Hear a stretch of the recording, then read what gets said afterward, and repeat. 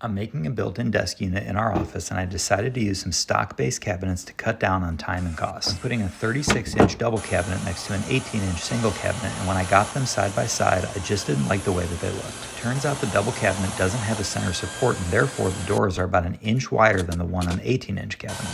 I couldn't unsee it, so I decided to slow the project down and rebuild the 4 doors. Since these are shaker-style doors, I couldn't just cut an inch off and be done, so I carefully cut through the rails just deep enough to separate it from the stile, but without cutting through the panel. With the stile removed in one piece, I could then cut an inch off the rails and then off the panel. I then cleaned up the groove in the stile and then glued it all back together. I know that this new butt joint isn't going to be quite as strong as the mortise and tenon joint that I cut through, but I don't plan on using these every day, and they'll be painted, so if they ever break, it won't be a huge deal to throw in some dowels and re-glue it. I used the wood from the false front that I cut off the top of these stock cabinets to make the supports that go in between these new rebuilt doors, and then I put it all back together. It took me an extra